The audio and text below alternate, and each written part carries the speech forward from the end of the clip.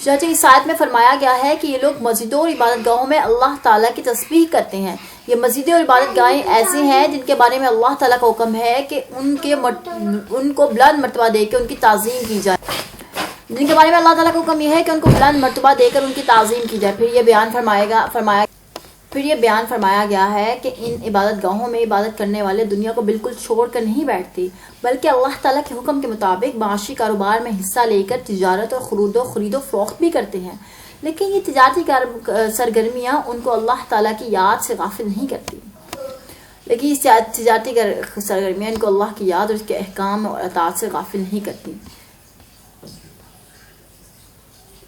چنانچہ وہ اپنے وقت پر نماز قائم کرتے ہیں، زکوٰۃ ادا کرتے ہیں، اور کسی وقت اس حقیقت سے بے پرواہ نہیں ہوتے کہ ایک دن ایسا آنے والا ہے جس میں سارے اعمال کا حساب دینا ہوگا، اور وہ دن اتنا ہولناک ہوگا کہ اس میں لوگوں اور خاص طور پر نافرمانوں کے دل الٹ جائیں گے اور آنکھیں پلٹ کر رہ جائیں گی.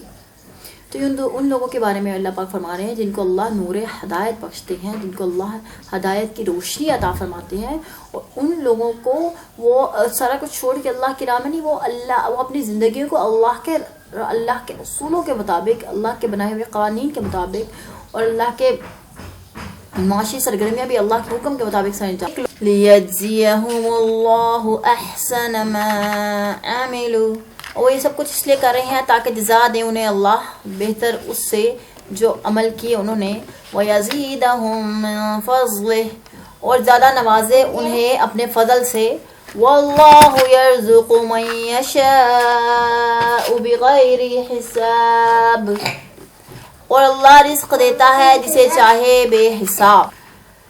نیک اعمال کا ثواب کچھ تو وہ ہے جس کا ذکر قرآن و حدیث میں آ گیا ہے. اس آیت نے بڑے لطیف انداز میں یہ بتایا ہے کہ نیک لوگوں کو ثواب صرف ان نعمتوں پر منحصر نہیں ہوگا جن کا تذکرہ قرآن و حدیث میں کر دیا گیا، بلکہ اللہ تعالیٰ اس کے علاوہ بھی ان کو ایسی نعمتیں عطا فرمائیں گے جن کا تذکرہ نہ قرآن و حدیث میں آیا ہے، نہ کسی کے دل میں اس کا تصور آیا ہے. سبحان اللہ. اوکے نیکسٹ دیکھتے ہیں. والذین کفروا اعمالهم، اور وہ لوگ جنہوں نے کفر کیا ان کے اعمال کسراب بقیۃ یحسبہ الظمآن ماء، کی مثال سراب صحرا کی سی ہے جسے سمجھتا ہے پیاسا پانی. حتی اذا جاءہ لم یجدہ، یہاں تک کہ جب آتا ہے وہ اس کے پاس تو نہیں پاتا اسے. شیئا ووجد اللہ عنده فوفہ، کچھ بھی اور موجود پاتا ہے اللہ کو وہاں جو پورا چکا دیتا ہے اس کو.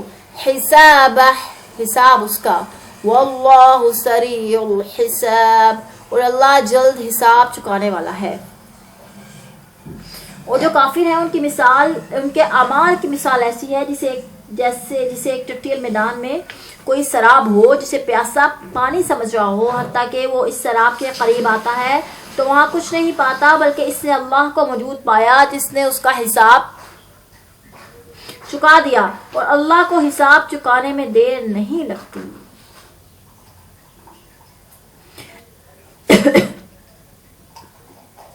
سراب یعنی کہ جو چیز دیکھنے میں شراب یعنی مشروب یا پینے کی چیز ہو مگر حقیقت اس کے بالکل برعکس ہو. ایسی ریت جو چمکتی اور دھوپ میں دور سے پانی نظر آتی ہے.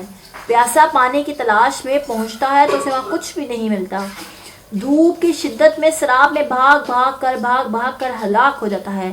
یہ کفار کے ایسے اعمال کی مثال ہے جسے وہ نیکی سمجھ کے کرتا ہے. ریگستان میں جو ریت چمکتی نظر آتی ہے دور سے معلوم ہوتا ہے جیسے وہ پانی ہے، اسے سراب کہتے ہیں. جس طرح سفر کرتے ہوئے آدمیوں کو سراب دھوکہ دیتا ہے کہ وہ اسے پانی سمجھتے ہیں لیکن در حقیقت وہ کچھ بھی نہیں ہوتا، اسی طرح کافی لوگ جو نیکی عبادت سمجھ کے کرتے ہیں وہ سراب کی طرح ایک دھوکہ ہے. یہ مثال ان کافروں کی ہے جو آخرت کو مانتے ہیں لیکن توحید اور رسالت کے منکر ہیں.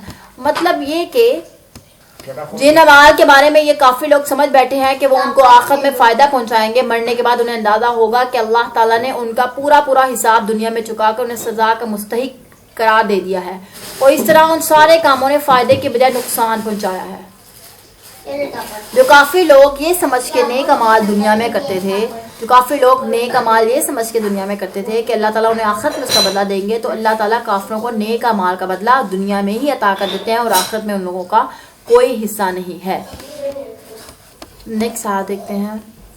او کظلمات فی بحر لجی، یا ان کی مثال ایسی ہے جیسے تاریکیاں ہو ایک گہرے سمندر میں، یغشہ موج من فوقہ، چھائی ہوئی ہوں اس پر ایک موج، اس کے اوپر موج ایک اور موج ہو، من فوقہ سحاب، اور اس کے اوپر بادل ہوں، ظلمات گویا کہ تاریکیاں ہیں، بعضها فوق بعض ایک دوسرے پر چھائی ہوئی، اذا اخرج جب نکالے کوئی، یداہ اپنا ہاتھ، لم یکد یراہا تو نہ دیکھ پائے اسے، ومن لم یجعل اللہ لہ نورا اور وہ شخص کے نہ بخشے اللہ اس کو روشنی، فما لہ من نور تو نہیں پائے گا وہ کہیں بھی روشنی۔ یا جیسے گہرے سمندر میں اندھیرے موجود ہوں جسے موج نے ڈھانپ لیا ہو، پھر اس کے اوپر اور موج ہو اور اس کے اوپر بادل ہوں اور ایک تاریکی پر ایک اور تاریکی چڑھی ہوئی ہو، اگر کوئی شخص اپنا ہاتھ نکالے تو اسے بھی نہ دیکھ سکے گا، اور جسے اللہ روشنی عطا نہ کرے اس کے لیے کہیں سے بھی روشنی نہیں مل سکتی۔ یہ ان کافروں کی مثال ہے جو آخرت کو سرے سے مانتے ہی نہیں ہیں، اس لیے کہ ان کے پاس اتنا بھی نور نہیں ہے جتنا کہ پہلے گروہ کے پاس ہے۔ کم از کم وہ یہ امید تو رکھتے تھے کہ ان کے اعمال انہیں آخرت میں فائدہ پہنچائیں گے، یہ ان لوگوں کے پاس امید کی یہ کرن بھی نہیں ہے۔ اور بعض مفسرین نے دونوں مثالوں میں یہ فرق بیان کیا ہے کہ کافروں کے اعمال دو قسم کے ہوتے ہیں، ایک وہ جو نیکی سمجھ کے کرتے ہیں اور ان سے فائدے کی امید رکھتے ہیں، ان کی مثال تو سراب جیسی ہے، اور ایک وہ اعمال ہے جو نیکی سمجھ کے نہیں کرتے، ان کی مثال تو ان اندھیروں کی سی ہے جس میں روشنی کی کوئی کرن ہی نہیں ہوتی۔ پھر سمندر کی تہہ کا اندھیرا ان کے کافرانہ عقائد کی مثال ہے،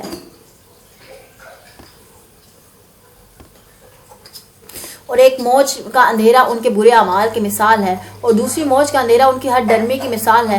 اس طرح ان میں اوپر تلے بہت سے اندھیرے جمع ہو گئے، اور ایسے سخت اندھیرے میں جس طرح انسان کو اپنا ہاتھ بھی دکھائی نہیں دیتا، اس طرح کفر اور فسق کے اندھیروں میں ان لوگوں کو خود اپنی بھی حقیقت سمجھ نہیں آتی، وہ خود اپنے آپ کو بھی سمجھنے سے قاصر ہوتے ہیں۔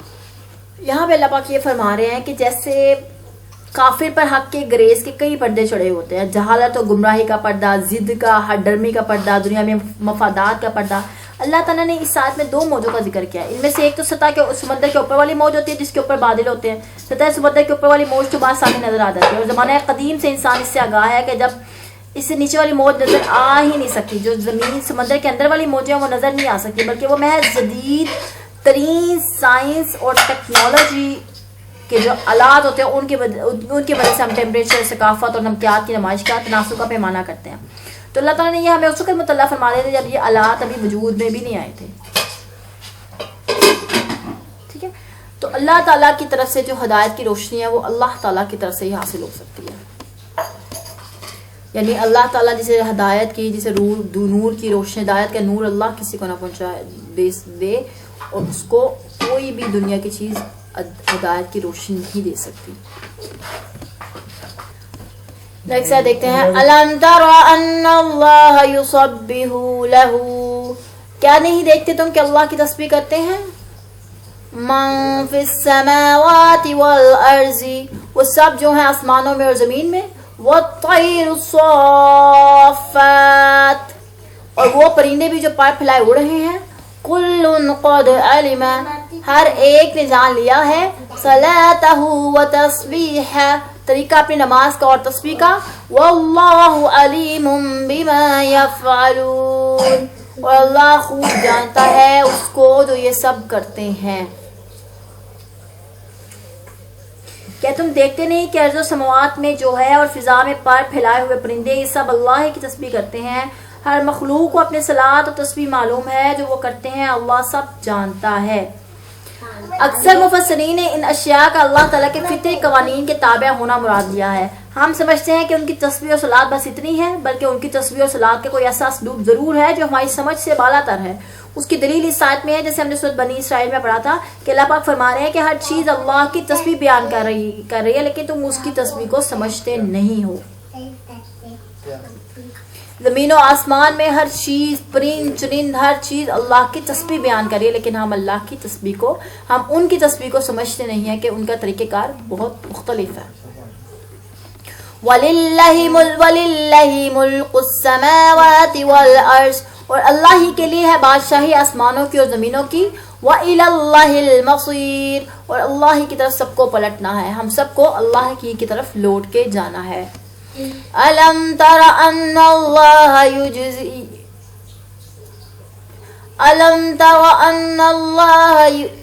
يُزْجِي سَحَابًا، کیا نہیں دیکھتے کہ اللہ آہستہ آہستہ چلاتا ہے بادلوں کو، ثم يؤلف، پھر جوڑ دیتا ہے، بینہ انہیں باہم، ثم یجعلوہ، پھر اکٹھا کر دیتا ہے انہیں، رکاما تہ بتہ، فترى، پھر تم دیکھتے ہو، الودق یخرج، کہ بارش کے قطرے ٹپکتے ہیں، من خلالہ، اس کے اندر سے، وَيُنَزِّلُ مِنَ السَّمَاءِ، اور برساتا ہے آسمان سے، من جبال، ان پہاڑوں کی بدولت، فیہا، جو اس میں بلند ہے، من برد، اولے، فَيُصِيبُ بِهِ مَن يَشَاءُ، اور پہنچاتا ہے نقصان اسے جسے چاہے، وَيَصْرِفُهُ عَن مَن يَشَاءُ، وَيَصْرِفُهُ عَن مَن يَشَاءُ، اور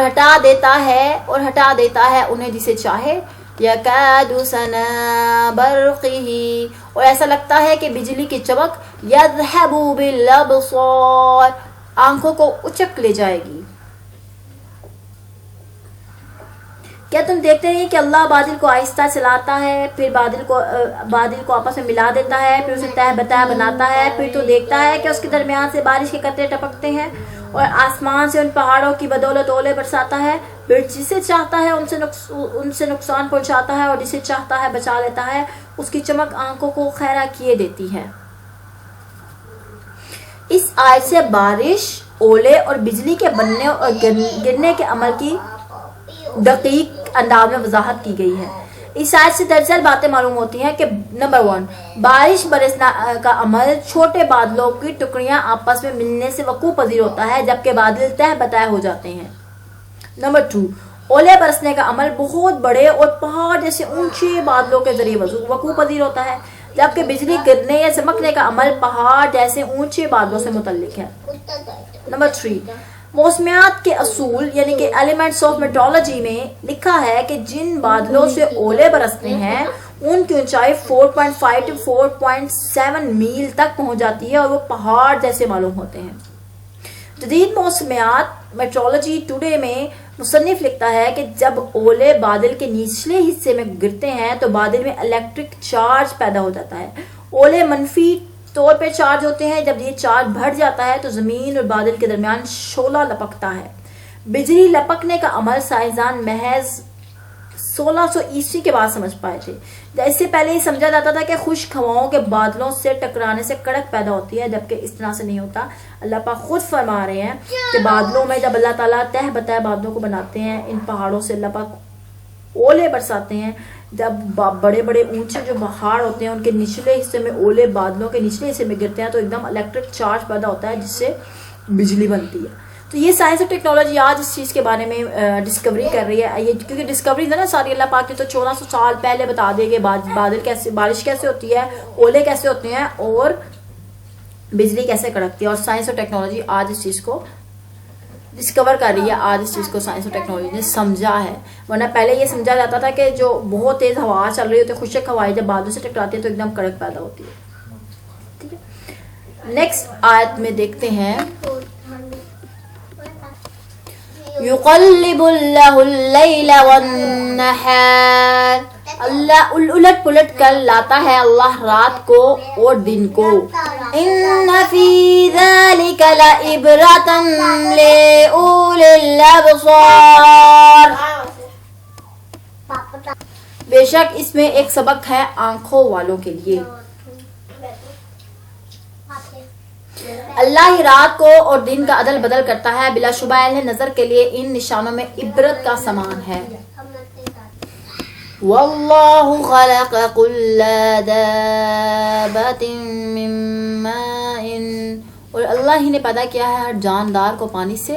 فمنہم، سو ان میں سے، من یمشی علی بطنہ، وہ بھی ہیں جو چلتے ہیں اپنے پیٹ کے بل. ومنہم، اور ان میں سے، من یمشی، وہ بھی ہیں جو چلتے ہیں علی رجلین، دو ٹانگوں پر. ومنہم، اور ان میں سے، من یمشی، وہ بھی ہیں جو چلتے ہیں علی اربع، چار ٹانگوں پر. یخلق اللہ من یشاء، پیدا فرماتا ہے اللہ جو چاہتا ہے. ان اللہ علی کل شیء قدیر، بے شک اللہ ہر چیز پر پوری طرح قادر ہے. اللہ تعالیٰ نے ہر چلنے والے جاندار کو پانی سے پیدا کیا. ان میں سے کچھ ایسے ہیں جو اپنے پیٹ کے بل چلتے ہیں، کچھ دو پاؤں پر، کچھ چار پاؤں پر، اور جو کچھ وہ چاہتا ہے پیدا کر دیتا ہے، اور یقیناً اللہ ہر چیز پر قادر ہے. اچھا، جو انسان کا جو ہر چلنے جاندار چیز کو اللہ نے پانی سے پیدا کیا. پانی ایک اسینشیل لیونگ تھنگ ہے، ایک اہم ترین ہر انسان کے جسم کا اہم جزو، ہر جاندار چیز کا جزو ہے. عمران بن بخاری شریف کی حدیث ہے، عمران بن حسین کہتے ہیں کہ یمن سے کچھ لوگ آپ صلی اللہ علیہ وسلم کے پاس عالم کی پیدائش کا حال پوچھنے کے لیے آئے. آپ صلی اللہ علیہ وسلم نے فرمایا، پہلے صرف اللہ کی ذات تھی اور اس کے سوا کوئی چیز نہ تھی. اس کا عرش پانی پہ تھا. اس نے ہر چیز کو لوح محفوظ میں لکھ لیا اور آسمان اور زمین پیدا کیے. ایک رپورٹ میں بتایا گیا کہ سمندر کے پانی میں موجود نمکیات کا تناسب بھی وہی ہے جو کہ انسانی خون میں نمکیات کا ہے. تمام زندہ خلیات یعنی کہ جتنے بھی لیونگ سیلز ہیں اس میں واٹر از اسینشیل پارٹ. پانی جو ہے وہ ایک اہم جز ہے. ٹھیک ہے. اب اللہ پاک نے کچھ چوپائے پیدا کیے ہیں، کچھ دو ٹانگوں پہ چلتے ہیں، کچھ پیٹ کے بال چلتے ہیں. ان سے دیگر مخلوق مراد ہیں، جیسے کئی کیڑے 4 سے زیادہ ٹانگوں پہ چلتے ہیں، یعنی کہ وہ پیٹ کے بال چلتے ہیں، کچھ 4 ٹانگوں پہ چلتے ہیں، کچھ 4 سے زیادہ پہ چلتے ہیں. تو اللہ تعالیٰ کی ذات جس طرح کی اور جس طرح جیسے چاہتی ہے اللہ تعالیٰ ہر چیز پہ قادر ہے. اللہ ہر چیز بنانے والی ہے. اللہ کی ذات ہر قسم کی چیز پیدا کرنے والی ذات ہے. لَقَدْ أَنزَلْنَا آيَاتٍ مُبَيِّنَاتٍ، بلا شبہ نازل کیے ہم نے ایسے احکام جو واضح ہیں. وَاللَّهُ يَهْدِي مَن يَشَاءُ، اور اللہ ہی ہدایت دیتا ہے جسے چاہے. إِلَى صِرَاطٍ مُسْتَقِيمٍ، صراط مستقیم کی طرف. ہم نے صاف صاف حقیقت بتلانے والی آیات اتاری ہیں اور صراط مستقیم کی طرف رہنمائی تو اللہ جسے چاہتا ہے دیتا ہے. جیسے ہم نے پڑھا ہے کہ نور، اللہ کی ہدایت ایک نور ہے، اور نور ہدایت اللہ جسے چاہتا ہے ہدایت کا نور بخشتا ہے. ہدایت ایک روشنی ہے، ایک نور ہے. ایک اندھیرے میں، جہالت میں ایک نور ہے. جس طرح ایک بہت زیادہ اندھیرا ہو تو اس میں ایک چراغ جلتا ہے، جسے ہم نے پڑھا زجاجہ، تو زجاجہ مصباح الزجاجہ یعنی کہ ایک ایسا چراغ جو اندھیرے میں ایک دم روشنی پیدا کر دے. اور اس طرح کا چراغ جو زیتون کے تیل سے روشن ہو، کیونکہ زیتون کا تیل ایسے اتنا صاف اور شفاف ہوتا ہے کہ ایسے دور سے ہی ایسا لگتا ہے جیسے وہ چمک رہا ہے، جیسے وہ جل رہا ہے. تو ایمان کی روشنی، ہدایت کی روشنی جو ہوتی ہے وہ بالکل اسی طرح سے ہوتی ہے جس طرح سے اندھیرے میں ایک دیا اور ایک چراغ جل جائے. تو صراط مستقیم جو ہدایت ہے وہ اللہ تعالیٰ کی طرف سے آتی ہے. اللہ تعالیٰ ہم سب کو ہدایت کا نور عطا فرمائے. اللہ تعالیٰ سب کو ہمیں ہدایت کے نور سے منور کر دے. آمین ثم آمین. وَيَقُولُونَ آمَنَّا بِاللَّهِ وَبِالرَّسُولِ، اور کہتے ہیں یہ لوگ ایمان لائے ہم اللہ پر اور اس کے رسولوں پر. وَآطَعْنَا ثُمَّ يَتَوَلَّى فَرِيقٌ، اور ہم نے اطاعت قبول کر لی پھر بھی منہ موڑ جاتا ہے ایک گروہ. منہم، ان میں سے. من بعد ذلك، اس کے بعد. وما اولئک بالمؤمنین، اور نہیں ہے ایسے لوگ در حقیقت مومن. یہ منافق کہتے ہیں کہ ہم اللہ پر اس کے رسول پر ایمان لے آئے اور ہم نے اطاعت قبول کی، پھر اس کے بعد ان میں سے ایک فریق منہ پھیر لیتا ہے. حقیقتاً یہ ایماندار ہی نہیں ہے. یہ منافقوں کا ذکر ہے. اس سے معلوم ہوا کہ جس کا عمل اور فعل اس کے قول کے مخالف ہو اس کا دعویٰ باطل ہوگا. جو ایمان والا ہوتا ہے اس کا عمل، اس کا قول اور فعل ایک جیسا ہوتا ہے، اور جو منافق ہوتا ہے اس کا عمل کچھ اور ہوتا ہے، اس کے افعال فعل اس کا کچھ اور ہوتا ہے، اس کے فعل اور عمل میں بہت زیادہ تضاد ہوتا ہے۔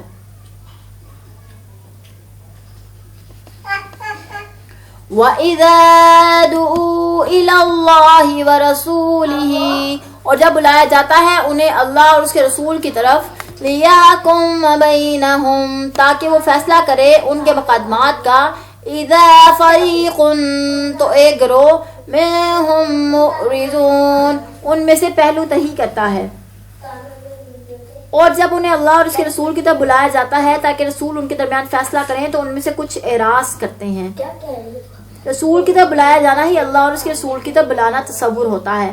آپ کی وفات کے بعد قرآن و سنت کے فیصلے کی طرف بلانا اللہ اور اس کے رسول کی طرف بلانا ہے۔ چنانچہ باہمی جھگڑوں کے علاوہ دینی مسائل میں اختلاف کی صورت میں بھی قرآن و سنت کا فیصلہ تسلیم نہ کرنا منافقت ہے، اور ایک مومن کو زیب نہیں دیتا کہ اللہ اور اللہ کے رسول کے فیصلوں سے انحراف کریں۔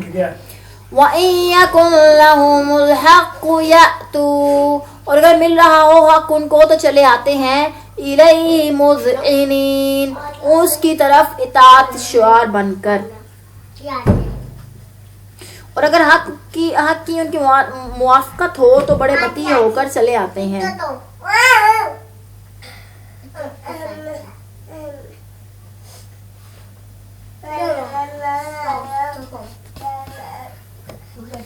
افی قلوبہم مرض، کیا ان کے دلوں میں کوئی بیماری ہے؟ ام ارتبوا ام یخافون، یا یہ شک میں پڑے ہوئے ہیں یا ان کو کوئی خوف ہے، ان یحیف اللہ علیہم ورسولہ، کہ ظلم کرے گا اللہ ان پر اور اس کے رسولوں پر، اس کے رسول پر بھی، اس کا رسول بھی، بل اولئک ہم الظالمون، اصل بات یہ ہے کہ یہ خود ہی ظالم ہے۔ کیا ان کے دلوں میں نفاق کا مرض ہے، یا وہ شک میں ہے، یا وہ اس بات سے ڈرتے ہیں کہ اللہ اور اس کے رسول ان کی حق تلفی کر جائیں گے، بلکہ یہ لوگ خود ہی ظالم ہیں۔ اچھا، ان آیات کا ایکسپلینیشن یہ ہے کہ منافقین چونکہ دل سے ایمان نہیں لائے تھے، اس لیے ان سے آن حضرت صلی اللہ علیہ وسلم اور صحابہ کرام کے خلاف معاندانہ حرکتیں سرزد ہو جاتی تھی۔ چنانچہ ایک واقعہ یہ پیش آیا کہ بشر نامی ایک منافق کا یہودی سے جھگڑا ہو گیا۔ یہودی جانتا تھا کہ حضرت صلی اللہ علیہ وسلم کا حق کا فیصلہ کریں گے، اس لیے اس نے بشر کو پیشکش کی، چلو نبی اکرم صلی اللہ علیہ وسلم سے اپنے جھگڑے کا فیصلہ کرا لیں۔ بشر کے دل میں چونکہ چور تھا، اس لیے اس نے آپ صلی اللہ علیہ وسلم سے فیصلہ کرانے کے لیے ایک یہودی سردار کعب بن اشرف سے فیصلہ کروانے کی تجویز پیش کی۔ اس کے بارے میں یہ آیات نازل ہوئی تھی۔ نیکسٹ آیت دیکھتے ہیں، آیت نمبر 51۔ انما كان قول المؤمنین، دراصل اہل ایمان کی بات تو یہ ہے، اذا دعوا الى اللہ ورسولہ، جب وہ بلائے جائے اللہ اور اس کے رسول کی طرف، لیحکم بینہم، تاکہ رسول فیصلہ کرے ان کے مقدمات کا، ان یقولوا سمعنا واطعنا، تو وہ کہیں گے ہم نے سنا اور اطاعت کی، وَأُولَئِكَ هُمُ الْمُفْلِحُونَ، اور یہی لوگ ہیں فلاح پانے والے۔ یہاں پہ مومنین کی بات ہو رہی ہے کہ جب مومنوں کی تو بات یہ ہے کہ جب انہیں اللہ اور اس کے رسول کی طرف بلایا جائے تو وہ ان کے درمیان فیصلہ کرے تو کہتے ہیں کہ ہم نے سنا اور اطاعت کی۔ ایسے ہی لوگ فلاح پانے والے ہیں، وہ لوگ جن کا طرز عمل اس طرح سے ہو، اگر ایسے قاضی اور حاکم کی طرف بلایا جائے جو عادل ہو اور قرآن و سنت کے مطابق فیصلہ کرتا ہو تو اس کی طرف جانا ضروری سمجھتے ہیں، اور وہ اللہ اور اللہ کے رسول صلی اللہ علیہ وسلم کی طرف جب ان کے اکارڈنگ ان کے جو فیصلے کیے جاتے ہیں تو وہ کہتے ہیں ہم نے سنا اور ہم نے قبول کی اور ہم نے اطاعت قبول کی۔ تو یہ ایسے ہی لوگ دنیا اور آخرت میں فلاح پانے والے ہیں۔ وَمَن يُطِعِ اللَّهَ وَرَسُولَهُ، اور جس نے اطاعت کی اللہ اور اس کے رسول کی، وَيَخْشَى اللَّهَ وَيَتَّقْهِ، اور ڈرا اللہ سے اور بچا اس کی نافرمانی سے، فَأُولَئِكَ هُمُ الْفَائِزُونَ، سو یہی لوگ ہیں کامیاب۔ اور جو لوگ اللہ اور اس کے رسول کی اطاعت کرے اور اللہ سے ڈرے اور اس کی نافرمانی سے بچتا رہے تو ایسے ہی لوگ بامراد ہیں. وَأَقْسَمُوا بِاللَّهِ جَهْدَ أَيْمَانِهِمْ اور قسمیں کھاتے ہیں یہ اللہ کی بڑی سخت قسمیں اور یہ قسمیں کھاتے ہیں اللہ کی بڑی سخت قسمیں. لَئِنْ أَمَرْتَهُمْ لَيَخْرُجُنَّ کہ اگر تم حکم دو انہیں تو ضرور نکل کھڑے ہوں گے اپنے گھروں سے. قُلْ لَا تُقْسِمُوا کہو قسمیں نہ کھاؤ. طاعۃ معروفہ اصل چیز دستور کے مطابق اطاعت ہے. ان اللہ خبیر بما تعملون بے شک اللہ پوری طرح باخبر ہے تمہارے کرتوتوں سے. اللہ کی پختہ قسمیں کھا کر کہتے ہیں کہ اگر آپ انہیں حکم دیں تو وہ ضرور جہاد پہ نکلیں گے. آپ ان سے کہیے کہ قسمیں نہ کھاؤ مطلوب دستور کے مطابق اطاعت ہے اور جو تم کرتے ہو اللہ ان سے باخبر ہے. اس طرح ہوتا تھا کہ جب جہاد کا موقع نہ ہوتا تو یہ منافق کیا کرتے تھے. منافق لوگ منہ بھر بھر کے قسمیں کھاتے تھے کہ اگر حضرت صلی اللہ علیہ وسلم نے حکم دیا تو یہ جہاد کے لیے گھروں سے نکل کھڑے ہوں گے, لیکن جب وقت آتا تو کوئی نہ کوئی بہانہ کر کے جہاد سے جان چھڑا لیتے. اس لیے فرمایا گیا کہ تمہاری فرما برداری کی حقیقت تو سب کو معلوم ہے. بار بار تجربہ ہو چکا ہے کہ وقت پڑنے پر تمہاری ساری قسمیں دھری کی دھری رہ جاتی ہیں. اور مطلوب تو تم لوگوں سے یہی ہے کہ اطاعت گزاری کے لیے تم لوگ جو کر رہے ہو نا تو دستور کے مطابق اطاعت ہے. صرف اطاعت ضروری ہے آپ سب کے لیے. مشرکین سے اللہ پاک یہ فرما رہے ہیں کہ اتنی بڑی بڑی قسمیں کھانے کی ضرورت نہیں ہے. منافقین سے کہنا ہے جو اتنی بڑی بڑی قسمیں کھانے کی ضرورت نہیں ہے کہ اطاعت وقت پہ اطاعت جو نہیں کرتے دستور کے مطابق اطاعت ضروری ہے. بس کہ ہم نے سنا قالوا سمعنا واطعنا کامیاب لوگ وہ ہیں جو اللہ اور اللہ کے رسول کے حکم کے سامنے کہتے ہیں کہ ہم نے سن لیا اور اطاعت کی. ہم نے سن لیا اور اطاعت کی اور ایسے ہی لوگ دنیا آخرت میں فلاح پانے والے ہیں. نیکسٹ آیت دیکھتے ہیں. قل اطیعوا اللہ واطیعوا الرسول ان سے کہہ دو کہ اطاعت کرو اللہ کی اور اللہ کے رسول اور اطاعت کرو رسول کی. فَإِن تَوَلَّوْا پھر اگر تم منہ موڑو گے فَإِنَّمَا عَلَيْهِ تو جان لو کہ رسول پر تو ذمہ داری ہے صرف مَا حُمِّلَ وَعَلَيْكُمْ اس فرض کی جو عائد کیا گیا ہے اس پر اور تم پر ذمہ داری ہے. مَا حُمِّلْتُمْ اس کی جو ڈالا گیا ہے تم پر. وَإِن تُطِيعُوهُ اور اگر تم اطاعت کرو گے رسول کی تَهْتَدُوا تو ہدایت پا جاؤ گے. وَمَا عَلَى الرَّسُولِ اور نہیں ہے رسول پہ ذمہ داری إِلَّا الْبَلَاغُ الْمُبِينُ مگر حکم پہنچا دینے کی کھول کھول کے. ساتھ کے بعد محاورہ ترجمہ کے دیکھتے ہیں. آپ کہیے کہ اللہ کی اطاعت کرو اور اللہ کے رسول کی اطاعت کرو. پھر اگر تم اطاعت نہیں کرو گے تو رسول کے ذمہ تو وہی ہے جس کا وہ مکلف ہے, یعنی کہ اللہ تعالیٰ نے, اور تمہارے ذمہ وہ ہے جس کے تم مکلف ہو. اور اگر تم رسول کی اطاعت کرو گے تو ہدایت پاؤ گے. اور رسول کے ذمہ صرف یہی پیغام یہ ہے کہ پیغام پہنچا دے.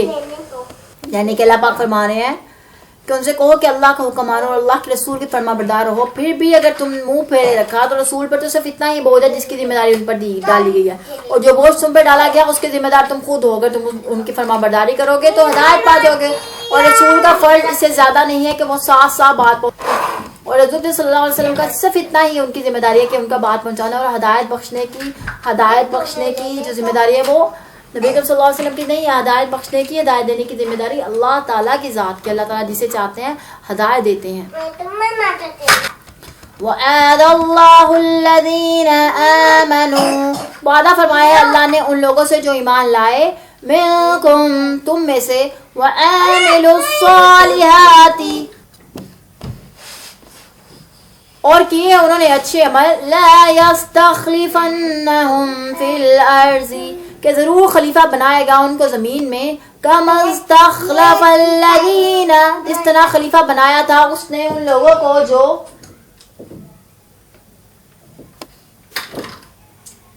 مِن قَبْلِهِمْ ان سے پہلے تھے. وَلَا يُمَكِّنَنَّ اور ضرور قائم کر دے گا مضبوط بنیادوں پر. لَهُمْ دِينَهُمُ الَّذِي ارْتَضَىٰ ان کے لیے ان کے اس دین کو جسے پسند کر لیا ہے اللہ نے. لَهُمْ ان کے لیے. وَلَا يُبَدِّلَنَّهُمْ اور ضرور بدل دے گا. مِن بَعْدِ خَوْفِهِمْ ان کی حالت خوف کو امن سے یعبدوننی لا یشرکون پس وہ میری عبادت کرتے رہیں اور نہ شریک بنائیں بی شیئا میرے ساتھ کسی کو ومن کفر بعد ذلک اور جو کفر کرے گا اس کے بعد فَأُولَئِكَ هُمُ الْفَاسِقُونَ تو ایسے ہی لوگ فاسق ہیں. اس کے بعد محاورہ ترجمہ دیکھتے ہیں. اور تم میں سے جو مومن ہیں اور نیک کام کرتے ہیں ان سے اللہ نے وعدہ کیا ہے کہ وہ انہیں زمین میں خلافت دے گا جیسے ان سے پہلے لوگوں کو عطا کی تھی اور ان کے دین کو مضبوط کرے گا جسے اس نے ان کے لیے پسند کیا اور ان کے خوف کو امن میں بدل لے گا. بس وہ میری عبادت کریں اور میرے ساتھ کسی کو شریک نہ ٹھہرائیں اور جو اس کے بعد کفر کرے تو ایسے ہی لوگ فاسق ہیں. اچھا مکہ مکرمہ میں صحابہ اکرام نے کفار کے ظلم و ستم کا سامنا کیا تھا اور جب وہ ہجرت کر کے مدینہ منورہ آ گئے تو اس کے بعد بھی کافروں کی طرف سے ہر وقت حملوں کا خوف لاحق رہتا. اس موقع پر ایک صاحب نے حضور صلی اللہ علیہ وسلم سے پوچھا کہ کیا کوئی ایسا وقت بھی آئے گا کہ ہم ہتھیار کھول کر چین و سکون کے ساتھ رہ سکیں گے؟ اس کے جواب میں آپ صلی اللہ علیہ وسلم نے فرمایا کہ بہت جلد وہ وقت آنے والا ہے. یہ آیت اس موقع پہ نازل ہوئی اور اس میں پیشن گوئی فرمائی گئی کہ حضرت صلی اللہ علیہ وسلم اور صحابہ کرام کو زمین پر اقتدار حاصل ہونے والا ہے. چنانچہ اس وعدے کے مطابق حضرت صلی اللہ علیہ وسلم کے ہی زمانے میں پورا جزیرہ عرب اسلام کے جھنڈے تلے آ چکا تھا اور خلافت راشدہ کے دور میں اسلامی حکومت کا دائرہ تقریباً آدھی دنیا تک وسیع ہو گیا تھا اور یہ اللہ تعالیٰ نے ان کو اقتدار بخشا تھا. یہ آیتیں اس وقت بھی نازل ہوئی تھی جب مسلمان معاشی تنگدستی کا شکار تھے. مدینہ کے باہر خوف و ہراس کی کیفیت تھی. کوئی قافلہ یا مسافر ڈاکروں اور راہزنوں سے محفوظ نہ تھا. اس حالت میں یہ آیت اللہ تعالیٰ نے بشارتیں دی تھی مسلمانوں کو اور یعنی کہ خلافت کا نظام قائم ہوگا اور اس کے نتیجہ ایمان کی پختگی کی صورت میں ہوگا. چنانچہ اللہ تعالیٰ نے آپ صلی اللہ علیہ وسلم کی زندگی میں اتنا غلبہ عطا فرما دیا کہ جزیرہ نما عرب امن کا گہوارہ بن گیا. حضرت عثمان کے زمانے کے اندر حضرت عثمان رضی اللہ تعالیٰ عنہ کے زمانے کے اندر اس قدر آسودگی ہو گئی تھی کہ لوگ زکوٰۃ لے کے گھر سے نکلتے مگر کوئی قبول کرنے والا نہ ملتا. امن ایسا نصیب فرمایا کہ حضرت علی رضی اللہ تعالیٰ عنہ کہتے ہیں کہ میں نے ہیرا سے چل کر کعبے کا طواف کرنے والی عورت دیکھی جو اللہ کے سوا کسی سے نہ ڈرتی تھی. تو اللہ تعالیٰ نے مسلمانوں کو ایک خلافت اور ایک اقتدار بخشا تھا اللہ تعالیٰ نے. اقیموا الصلاۃ وآتوا الزکاۃ اور قائم کرو نماز اور ادا کرو زکوٰۃ. وآتوا الرسول لعلکم ترحمون اور اطاعت کرو رسول کی امید ہے کہ رحم کیا جائے تم پر. نماز قائم کرو اور زکوٰۃ ادا کرو اور اللہ کے رسول کی اطاعت کرو. اس طرح توقع ہے کہ تم پر رحم کیا جائے. لا تحسبن الذین کفروا اور نہ خیال کرو تم ان کے بارے میں جو کافر ہے کہ معجزین فی الارض کہ وہ عاجز کر دیں گے اللہ کو زمین میں. وَمَأْوَاهُمُ النَّارُ اور ان کا ٹھکانہ جہنم ہے. وَلَبِئْسَ الْمَصِيرُ جو بہت ہی برا ٹھکانہ ہے. آپ کافروں کے متعلق یہ خیال نہ کیجیے کہ وہ زمین میں اللہ کو عاجز کر دینے والے ہیں. ان کے عذاب نہ کرے. ان کا ٹھکانہ جہنم ہے اور وہ بہت ہی برا ٹھکانہ ہے. اللہ پاک فرما رہے ہیں ہرگز نہ سمجھنا کہ جن لوگوں نے کفر کا راستہ اپنا لیا ہے وہ زمین میں کہیں بھاگ کر ہمیں بے بس کر دیں گے بلکہ ان کا ٹھکانہ تو دوزخ ہے اور یقیناً وہ تو بہت ہی برا ٹھکانہ ہے. ہر ایک نے لوٹ کر اللہ کے پاس جانا چاہے وہ مشرک ہے چاہے وہ مومن ہے چاہے وہ انسان ہے چاہے حیوان ہے چاہے چرند ہے چاہے پرند ہے. تو ہر چیز سے لوٹ کر اللہ کے پاس ہی واپس جانا ہے. آیت نمبر 57 ہم نے کمپلیٹ کر لی ہے. انشاءاللہ کوئی کوشچن ہو کوئی کیوری ہو تو آپ کمنٹ سیکشن میں بتا سکتے ہیں. اور اس کے علاوہ اسکائپ ہے ڈسکرپشن باکس کے اندر.